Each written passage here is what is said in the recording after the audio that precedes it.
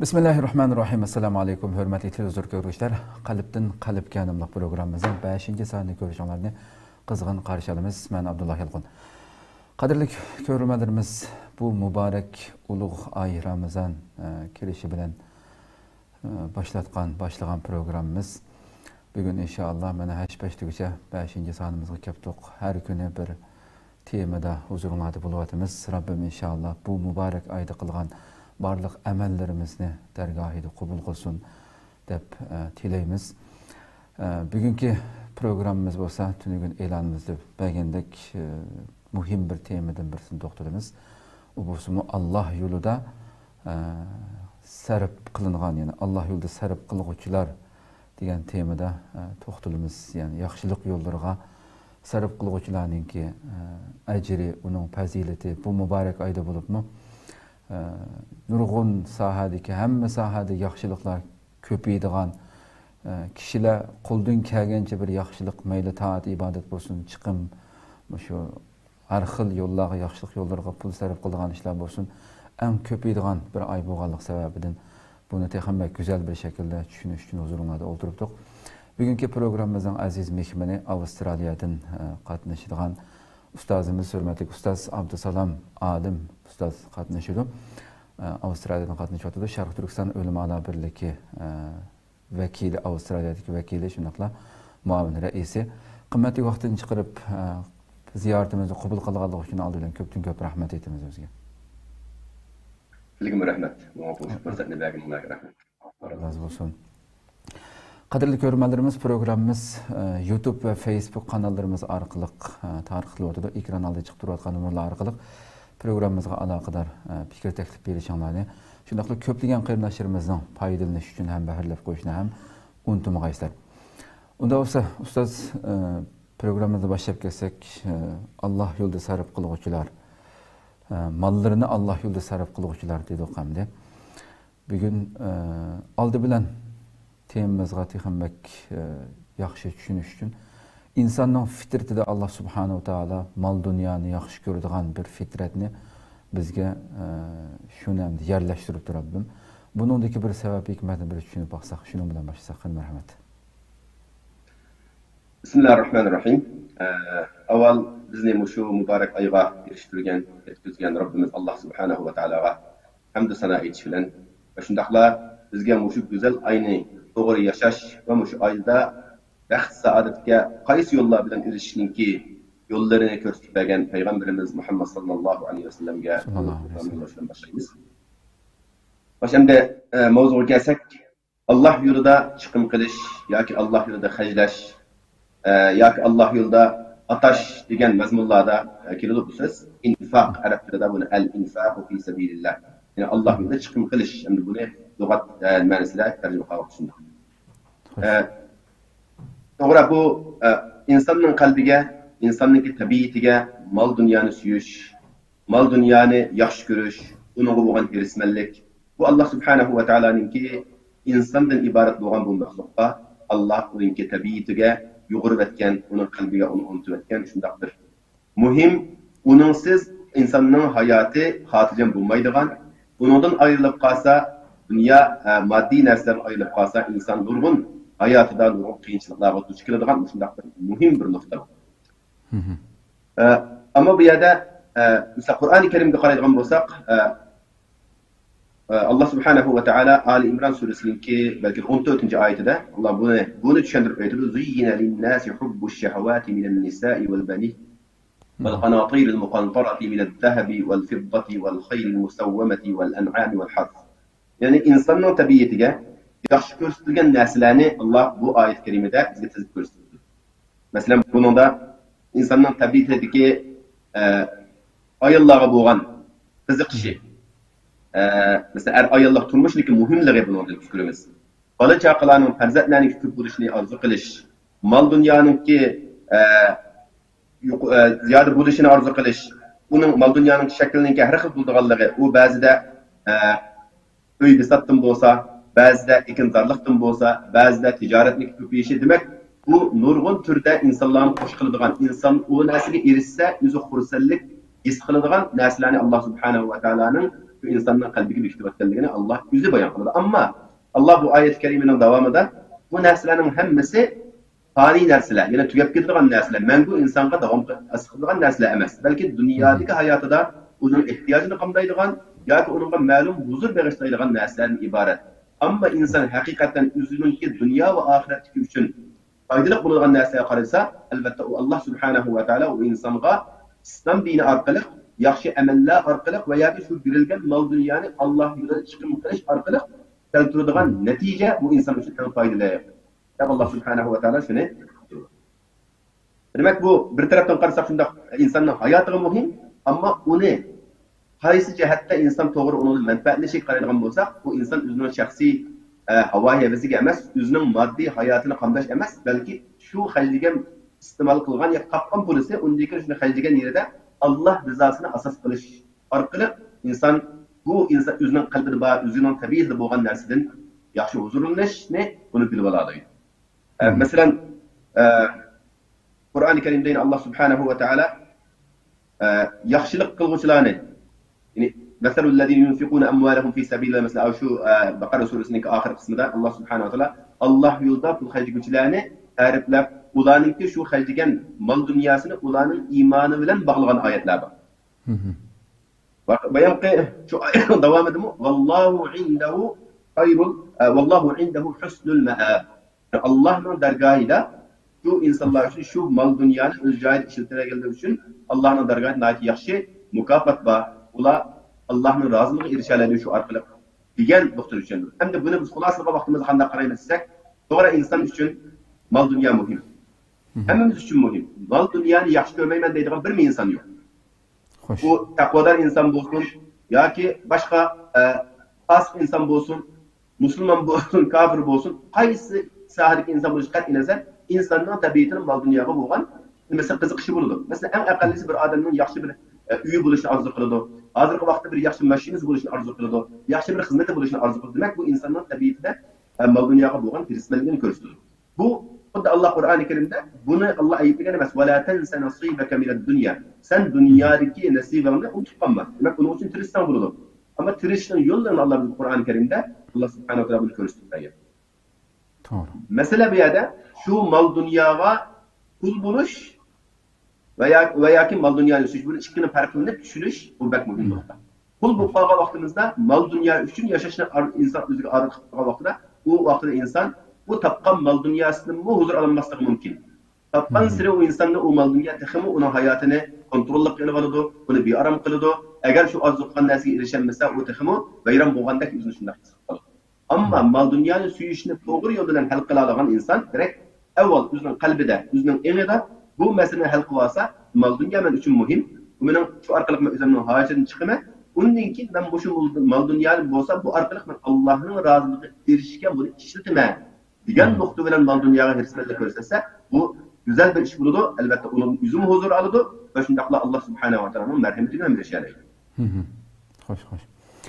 Köpten köp rahmet hakikaten yani Rabbimning insan tabiatiga mushundaq yaxshi ko'radigan narsa Rabbim Qur'oni Karimda malqa lan tanalul birra hatta tunfiqu mimma tuhibbun. Bizning tabiatimizga, inson tabiatiga mal dunyoni yaxshi ko'rishni sep qo'yib, uning keyin sen mushu yaxshi ko'radigan narsangdan mening yo'limda chiqim qila olamsan deb bir vaqtning o'zida biz sinoq shu yaxshi ko'radigan narsamizni Alloh yo'lida chiqim qilish bilan sarf qilish bilan Allohning rizosiga, roziligiga, jannatiga erishish, darajamizni yuqori ko'tarishdan iborat bir narsiga vesile qilib ishiltadiganga Rabbim bir maydon hozirlab berikdikanda hamda haqiqatan. Xo'sh, muhabbat sınaqı desek bunuzda. Muhabbat sınaqı. Bende bilen Allah'ın oturusunda bir riştimiz var bizdeki. Yaratıcımız biz yaralgan. Allah bizni en iyisi mahluk yarattı. Yani biz muşu riştimizle, muşu münasebetimizle kayış şekilde ifadeleyimiz. Allah subhanahu wa ta'ala bizni en iyisi mahluk yarattı. Demek Allah bizni söyleyenliğini şu artık ifadeledi. Bizga kerak bo'lgan barliq narsalarni aql, farosat, so'zlash uchun iborat bo'lgan, bizga kerak bo'lgan barliq ne'matlarni Alloh bizga ato qildi. Demak, Alloh o'zininki bandalariga bo'lgan muhabbatini isbotlab berdi. Endi bizdan Alloh talab qilgan nima? Undaq bo'lsa, sen Robbing rozi bo'ladigan ishlarni qilib qo'ygin. Umi sen yaxshi ko'rgan narsadan bo'lish kerak. Bir odam birsini yaxshi ko'rsa, u shu yaxshi ko'rgan odam uchun o'zi eng yaxshi ko'rgan narsani qurban qilish orqali, berish orqali, sarf qilish orqali uning muhabbatiga erishishga tirishadi. Bu aqlli bir narsa, ikki insonning o'rtasidagi bir muhabbatning ifodasi. Albatta, banda bilan yaratuvchi Robbning o'rtasidagi munosabatda bu muhabbat rishtada intayin chunqur va intayin muhim bir rishta. Buni haqiqiy mu'min bo'luvchilar, ya'ni shu Allah yo'lida xarjlashni bilgan insonlar buni tushunadi. Shunga bular uchun bunday bir fursat kelgan vaqtida rizm ishkilanmaydi. Bular uchun ig'ir kelmaydi. Bular berish orqali huzur oladi. Ama bu muhabbatni tushunmagan, Alloh bilan o'zining muhabbat rishtasini bog'layan insonlar u berish kelgan vaqtida xuddi o'zining beshiga bir tog' kelganda qo'rqinish bir vahima ostida qoladi. Xo'sh, to'g'ri. Xo'sh, ko'p rahmat. Endi ustozim shu infoq deyilgan vaqtida masalan sarf qilish, Alloh yo'lida chiqim qilish, sarf qilish, hajlash. Buni degan vaqtimizda ko'pincha insonning zihniga faqat shu pul, moddiy narsalar zihnimizga keldi. Shu islom atalg'usidagi bu so'zning texmi bir konkret ma'nosini biroz so'zlab o'tgan bo'lsak. Xo'sh, infoq degan so'z hajlash. Endi bu to'g'ri siz degandek har qanday bir odamning yeniga kelib Allah yo'lida hajlat desa, mal dunyo talab qilyotidi degan tushunish uning kallasiga keladi. Birinchi qilib. Chunki ashuning o'zi shu mal dunyoga insonning qanchalik erismat ekanligini ko'rsatadigan narsa. Xo'sh. Ammo bu islom dinidagi nafaqa qilish, ya'ni Alloh yo'lida berish degan so'z faqat moddiy, dunyoviy narsalarga qarashli emas. Gerçi bu şunun muhim amillerden birisi bo'lsa-mu, lekin bu nafaqa qilishni Alloh yo'lida hajlashning nurg'un turidir bor. Masalan, bir odamga eng aqallisi chiroyli muomala qilishning o'zimi bir Alloh yo'lida bir narsa sarf qilishninki o'rnini to'ldiradi. Bir odamga chiroyli illa tabassum bilan unga muomala qilish. Bu cho'ng masalan boylar o'zining tuban bo'lganlarni, iqtisodiy jihatda o'ziga tang bo'lmaganlarni bir sorunda üzülen tam bir yerde otağı huzur, tam bir tamakta, tam bir üstlerinin üstündeki tamakta tam huzur ağızsa onunla şu kalp, şu fakir adamınki, miskin adamın kalbine şu arkalı sunulan huzuru şu adamga kılan pulma sarf kılmanına okşaş. Bir adamga çırarak muamele kılış. En akallisi bir adamga yamanlık kılmasının yüzümü şunu mani kirliyor. Mesela şu Bakara suresindeki 261. ayetlerin 274. ayeti geçip olan 10. ayet içinde ayette Allah subhanahu asaslık Allah yolunda kul hacıgüçülerini, nefaka kılgıçılarını, sarf kılgıçılarını Allah tasvirler bunun misallarını bayan kılmak. Beşide bununki ehliyetini, onun menfaatini, onun faydasını bayan kılıp mesela bunu bir misal göstersek Allah'ın gösterken misalını biz bir bayan kılırız. Allah yolunda bir nerede hacıgüçülerine yani Allah yolunda kullarının sarf Allah'ın misali o da bir dihkan bu okşaydı ki o yaga bir tan ançını yaga salır. Bir uruk ne?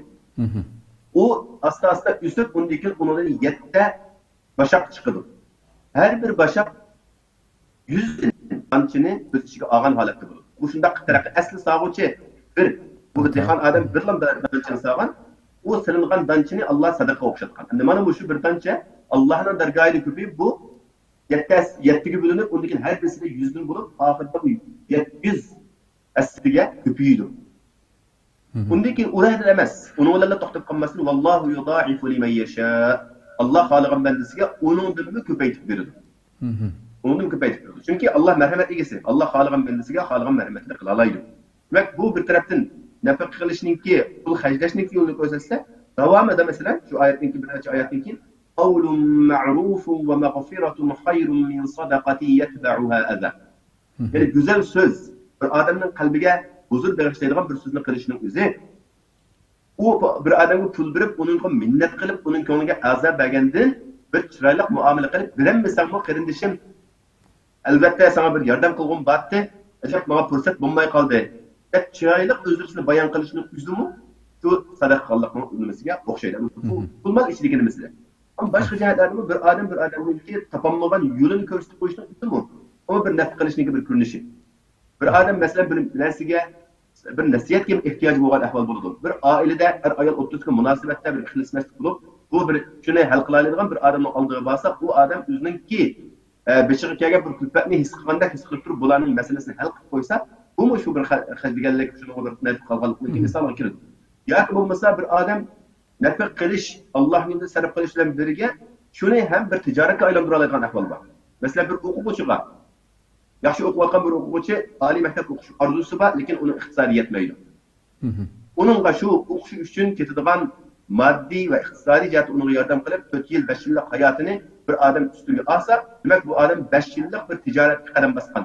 5 yillik bir tijorat uchun bir pul saqlan bo'lgan bo'ladi. Chunki bu yigit o'qishini tugatib qaytgan vaqtida uning manfaati kimga bo'ladi? Butun xalqqa yetadi. Demak bu odamning shu qilgan chiqimi mushu bir odamni yetishtirish bilan cheklanib qolmasdan, shu odamningki vasilasi orqali butun bir millatga qilingan bir yaxshilik, bir millat uchun qilingan bir nafaqa, bir millat uchun qilingan Alloh yo'lidagi chiqim deb ko'rsatilgan. Endi buningki nurg'un misollarni biz Qur'oni Karimda bilamiz, Payg'ambar alayhisolatu vasallamning hadislarida buni nurg'un uchratamiz. Shunga buning mushu oyda, Ramazon oyida alohida tilga ilinishi bu bir güzel narsa. Çünkü Peygamber aleyhissalatu vesselam'ınki tabiiyeti şundaq bir saxilik tabiiyeti bilan yaşayan insan. Hiç kim Peygamber aleyhissalatu vesselam'dek saxiy emas. Unda deganlik Peygamber aleyhissallam şundaq bayti, ba yo'q narsani hammasini beradi emas. Bu ba sende maddi narsa bo'lsa, bersan saxiy bo'lmaysa. Sening qo'lingda hech nima bo'lmay turibmi? Sen millionerdek yoki milliarderdan bir bakrak saxilik rolini o'ynay olishing mumkin. Çünkü qalbda Allohga bo'lgan birinchisi ixlos, to'g'ri niyat bilan qilingan amalning darajasi Allohning dargohida shuncha yuqori. Shunga Payg'ambar alayhisolatu vasallam sahobalarningki Alloh yo'lida haydagan, Alloh yo'lida qilgan nafaqalarining misolini ularningki Alloh oldidagi o'rnini ko'rsatib degan, ey ummatim, mening sahobalarimga til tekkizmanglar degan bir hadis bor. La tasubbu ashabi. Mening sahobalarimni tillamanglar, haqorat qilmanglar.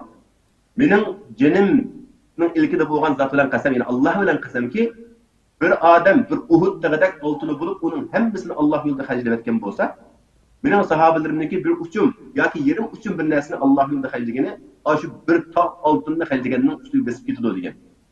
Demek bir yerde bu sallık malumat emez bir yerde harcayacak. Bu ihlas ve doğru niyet bilen karşı tarafını razı kılış, onunla hiç kandak minnet kılmaslık.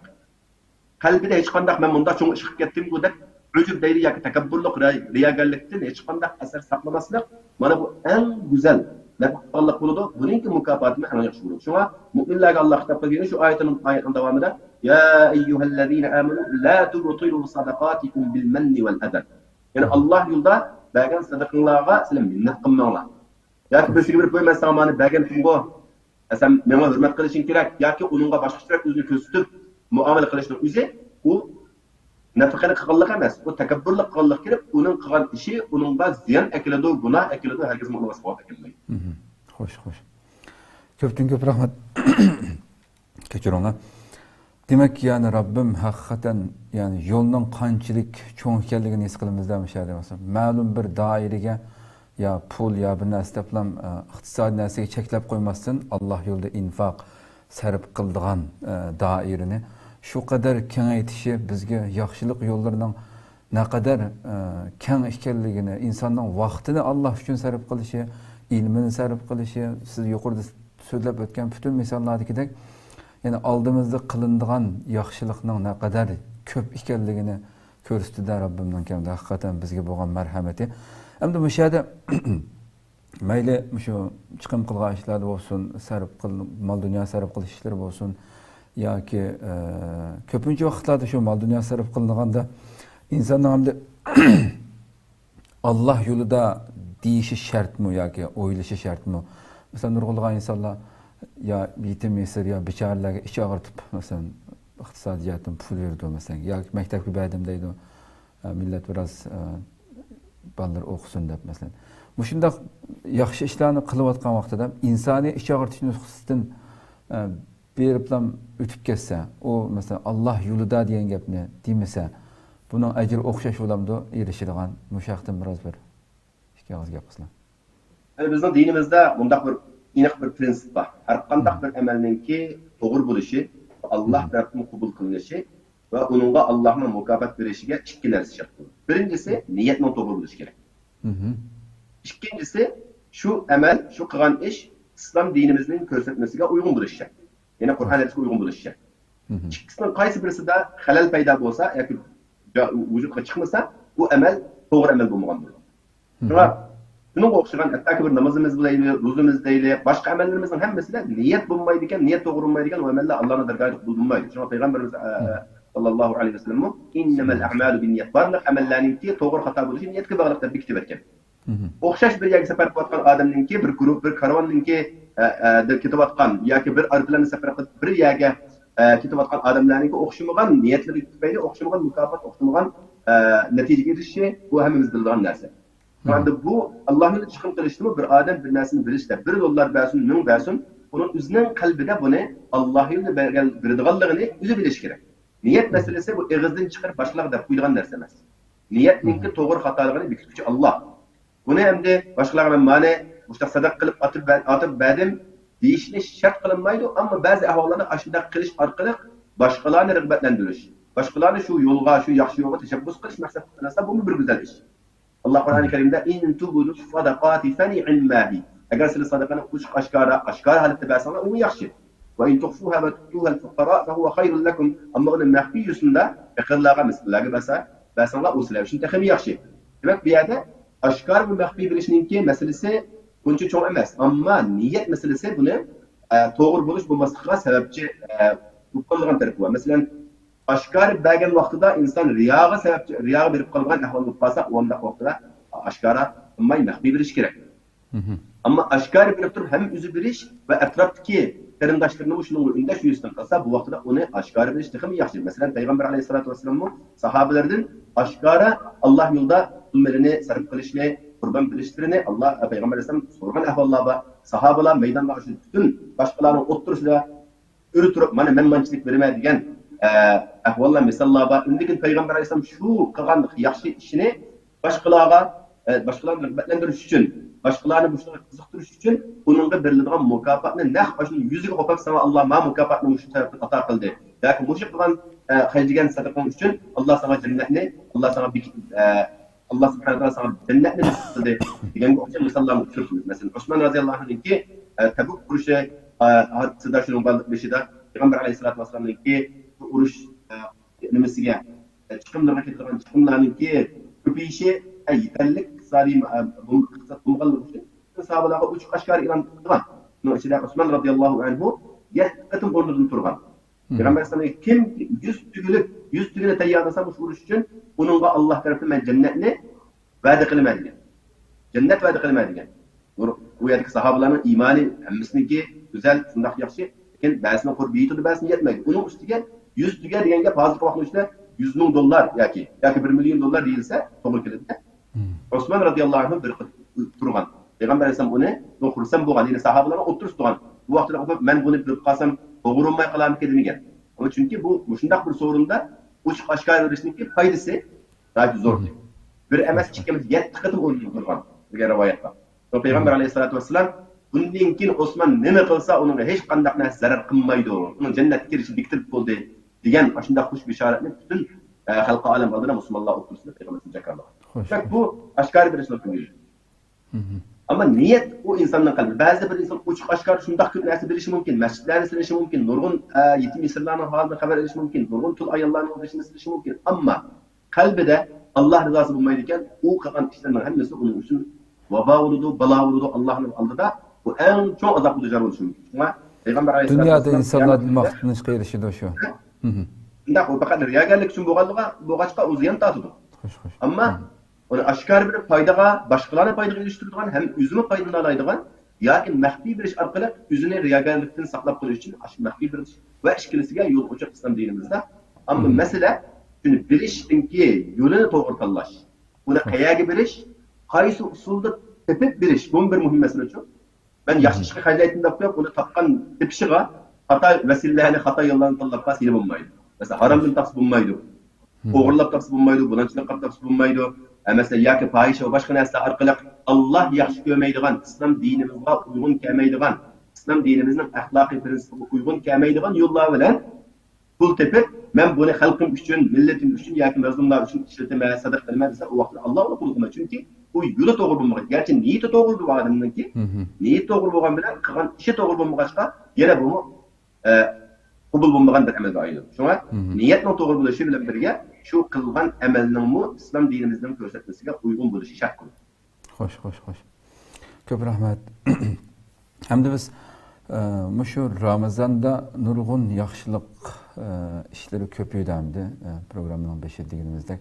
Muşu mal dünya sarıp kılış bolsun, muş işlerimi köpeyip gittim. Muşu Ramazan'da muş işlerinki köp buluşununki sebebini mi sileceğim? Ya ki insanlar özlüğüden kılıp algan iş mi bu?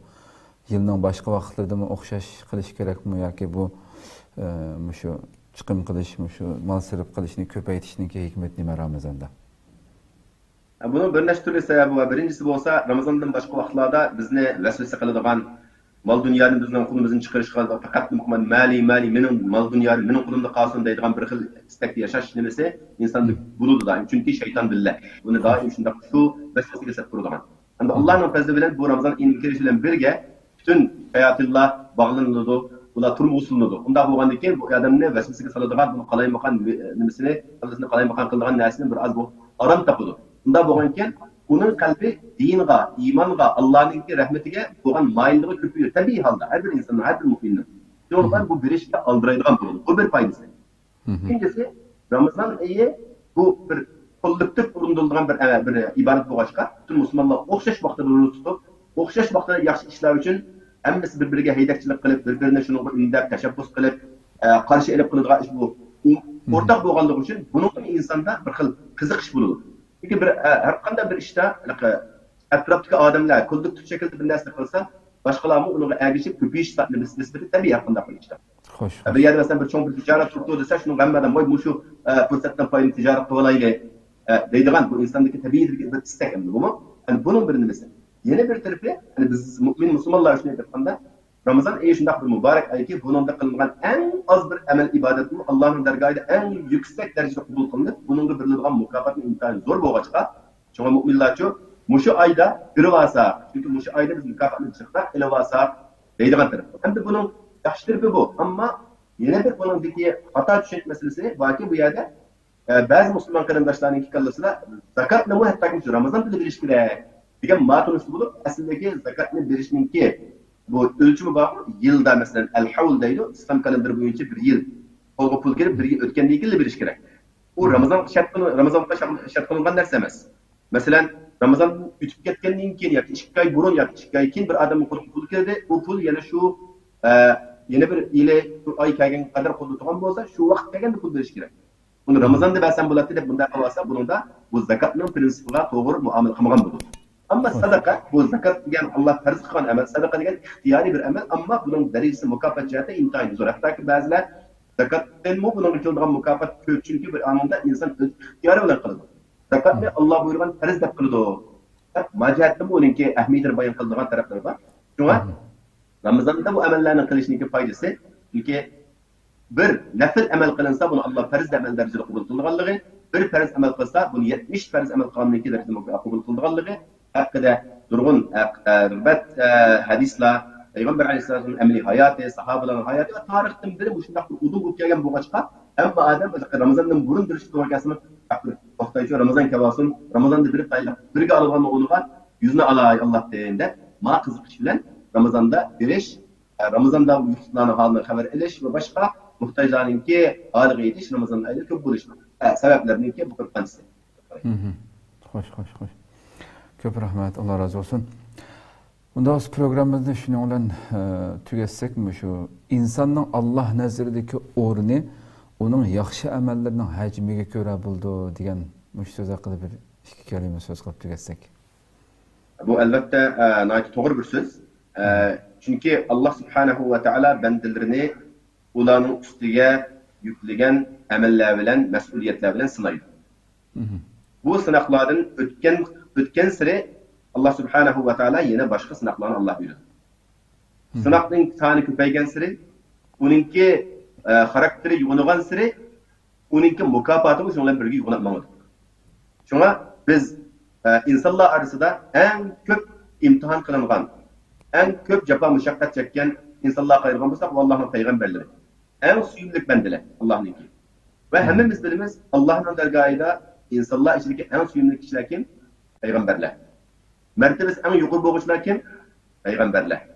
Nemin için degende ulanın kalan şuur, Hristiyanlıkları, bergen kurbanlıkları ve Allah Subhanahu ve Teala'ga boğan tevhidden başlap, Allah'a boğan ihlasından başlap, Allah'ını Rabbim de tunuştan başlap da Allah buyurgan emellerini becerken bütün işlerde ular hammani besib tushdi.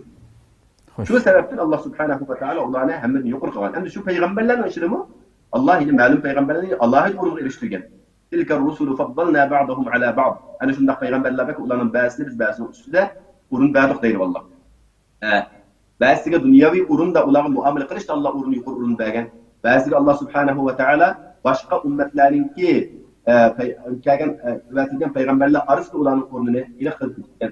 Shularning hammasi uchun payg'ambar sallallohu alayhi vasallam en yüksek mertebeye, insanlar içindeki en yüksek mertebeye erişmiş Peygamber sallallahu aleyhi ve sellem. Muhammed sallallahu aleyhi ve sellem. Nime için diyenler biz bütün peygamberlerin başına gelgen, bunlarınki kalan iş hayatının hemmesini seliştirip Peygamber aleyhisselamın hayatına seliştirsak, Peygamber aleyhisselatü vesselam'ınki tartkan cefa müşakkıt olmuşsun, Allah yoldaki kurbanlıkları bulmuşsun ve bütün üstünlükteki mesuliyet, mecburiyet, ata kılıştaki himmeti bulmuşsun ve en muhimi üzünün ümmetine boğan küyünüşü, Üzünün ümmetiga bo'lgan muhabbati, üzünün ümmetinin tutulushi uchun tortgan jafo mushaqqatiga qilgan xizmatlarga qaraydigan bo'lsak, albatta payg'ambar sallallohu alayhi vasallam hammadan yuqori, hamma darajada. Shuning uchun Alloh subhanahu va taolo payg'ambar alayhisolatu vasallamni hammadan yuqori o'ringa uni va'da qilgan, maqoman mahmud erishtirishni Alloh subhanahu va taolo va'da qilgan va shundaqla bizga payg'ambar alayhisolatu vasallam bizni o'lga qilgan. Biz shu payg'ambar alayhisolatu hayotiga qarash orqali o'zimizni biz Allah'ın dergahida men yuqori mertebeye erişmem deydikken elbette men chuqur yuqori ishlarni qilishim kerak. O'zimning ustiga yuklangan amallarni eng yuqori saviyada ado qilishim kerak degan nuqtani bilish kerak. Hamda shu infoq kelgan vaqtimizdami? Ya Allah subhanahu va taolo shu hajjiguvchilarni, nafaq qiluvchilarga qarata Alloh nima deydi? Eng o'zing yaxshi ko'rgan, sana eng suyimli bo'lgan narsani Alloh yo'lida xaylasang, u eng yaxshi ibodatga aylanadi. Şoyna Allah ve la ta'alqa sizlar üzerine yaxshi ko'rmaydigan undaq bir narsani bilishga niyat qilmanglar, undaq bilan tuzmanglar. Eng yaxshisini bilinglar. Lan tanalul birra hatta tunfiqu mimma tuhibbun. Endi bu eng yaxshisini bilish inson uchun eng ig'ir keladigan narsa. Buning ustiga shu bilishga sadaqa berish yoki Alloh yo'lida xarjlashlikka o'xshamagan darajasi bo'lib, buni bir odam o'zining ehtiyoji bo'lgan vaqtida, bir odamning o'zining puliga ehtiyoji bor. Şundaq vaqtida yine bir qarindashning ehtiyojini ko'rib, uningga o'zidan ashinib, ashunga beralagan vaqtda u taxmi yuqori darajaga erishadi. Uning mukofoti taxmi yuqori bo'ladi. Va yusiruna ala anfusihim walau kana bihim khassasa. Ya'ni haqiqiy mu'minlarning, haqiqiy Alloh yo'lida borlig'ini qurban qila oladigan odamlarning misolini bersa, ular o'ziga shu ehtiyoj bo'lgan vaqtda o'zini tashlab, boshqalarning ehtiyojini zo'r ko'rganlar. Boshqalarning musibatini o'zining musibatini yuqori ko'radiganlar. Demak, haqiqiy qarindoshlikning mushu yo'lda ifodalaydiganlar bu eng yaxshi kishilar. Yani bundaqlarning darajasi albatta Alloh subhanahu va taolodan aytimi yuqori bo'ldi. Bunda shak yo'q. Xo'sh. Alloh hammamizni shu Alloh eng yaxshi ko'rgan mu'minlardan, Alloh uchun o'zimizning eng suyimli narsani qajlaydigan, beralaydiganlardan qilsin. Amin. Ko'p rahmat. Alloh razı olsun. Nəhayət güzel şekilde ekiplərə köp rahmet etdiniz programımızın müşahidə axırlaşdırsak rahmet sizə. Allah razı olsun. Qadrli ko'ruvchilarimiz, shuna qilib qalbdan qalbga programmamizning 5-soni müşahidə oxirlashdi. Deb o'tilgandek shunday muborak minutlarda, muborak soatlarda, muborak kunlarda, muborak oyning ichida turyapmiz. Rabbim bu oy ta chiqib ketguncha bu fazilatlardan hech birimizni mahrum qilmasin. Har bir minutdan foydalanadigan har bir ig'iz gaplarimiz Rabbimizning o'zimizning yaxshi nomi amal daftarimizga yoziladigan ashundaq baxtli mu'minlardan qilishini tuvanchilik bilan so'raymiz. Rabbim ömür bersa ata o'xshash soatda huzuringlarda bo'lguncha hammalarni Allohga topshiramiz. Assalomu alaykum va rahmatullohi taala va barakatuh.